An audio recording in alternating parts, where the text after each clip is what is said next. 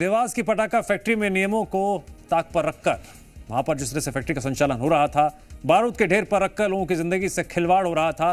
Factory में विस्फोट होते ही चारों तरफ धुआं फैल गया। फैक्ट्री आग के गोले में तब्दील हो गई। काम कर रहे मजदूर जान बचाने के लिए इधर उधर भागने लगे थे, लेकिन कई लोग आग और मलबे की चपेट में भी आ गए। विस्फोट इतना भयावह था, कई शव फैक्ट्री परिसर से दूर सड़क पर पहुंच गए। घटना के बाद इलाके में दहशत का माहौल है। यहां पटाखा फैक्ट्री परिसर में अलग अलग यूनिट्स बनी हुई हैं, जिसमें बने हुए पटाखों की पैकिंग की जाती है।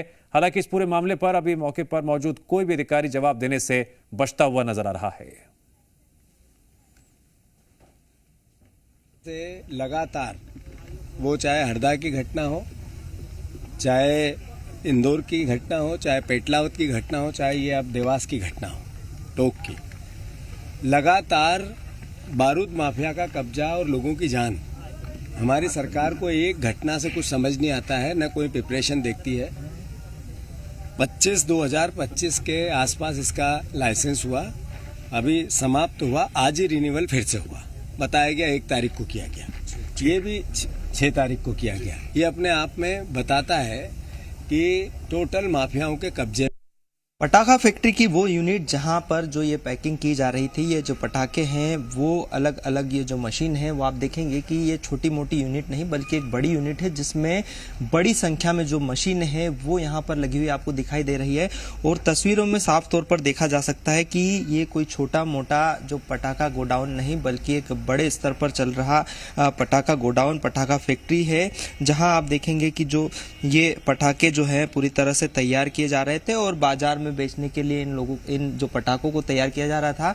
लेकिन उसके पहले ही एक धमाका होता है। धमाके में कई लोग झुलस जाते हैं और उसमें कई लोगों की जान भी चली जाती है। और ऐसे में तस्वीर साफ तौर पर बयां करती है कि देवास के टोक खुर्द में ये जो चल रही पटाखा फैक्ट्री कोई छोटी फैक्ट्री नहीं बल्कि एक बड़ा जो यहाँ चलने वाला एक व्यापार था। और इस व्यापार की जद में चपेट में कई लोग आ गए। कुछ लोगों ने अपनी जिंदगी से हाथ धो लिए, तो कुछ लोग अब भी अस्पताल में तड़पते हुए दिखाई दे रहे हैं। और तस्वीरों में साफ तौर पर देखा जा सकता है कि जिस तरह से पटाखे का ये व्यापार जो बड़े स्तर पर चल रहा था, बड़े पैमाने पर यहाँ जो मशीनें आपको दिखाई दे रही है, तस्वीरों में आप देख सकते हैं कि ये तमाम वो मशीनें हैं जो पटाखा जो पैकिंग करती है और उन पैकिंग के बाद उन पटाखों को बाजार में भेजा जाता है और उसी को लेकर ये जो पूरी प्रोसेसिंग यूनिट है।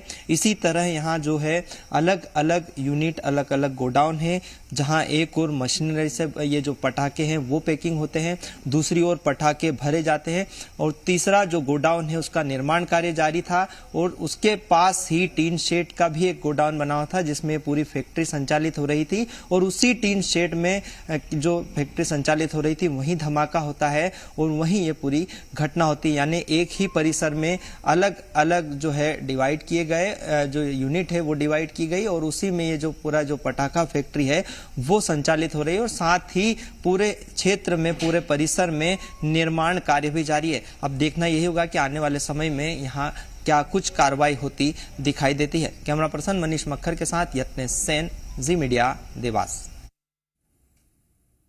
देवास पटाखा फैक्ट्री विस्फोट मामले में सियासत भी जोरदार हो रही है। कांग्रेस मध्य प्रदेश सरकार पर गंभीर आरोप लगा रही है और विस्फोट में हुए मौतों को लेकर जवाब मांग रही है। बीजेपी मामले में कड़ी कार्रवाई की बात कहकर अपना पल्ला झाड़ती नजर आ रही है। देवास के पटाखा फैक्ट्री में जो दुखद घटना घटी है, 3 लोगों की अभी तक मृत्यु हो चुकी है, कई लोग घायल हैं। ये पूरे तरीके से एक सरकारी हत्या है। जिस तरीके से हरदा की घटना घटी थी उससे सरकार ने कोई सबक नहीं लिया। तब भी कह रहे थे कि कार्रवाई करेंगे, जांच करेंगे, सब कुछ करेंगे, लेकिन फिर ये घटना घट गई और फिर लोग काल कवलित हो गए।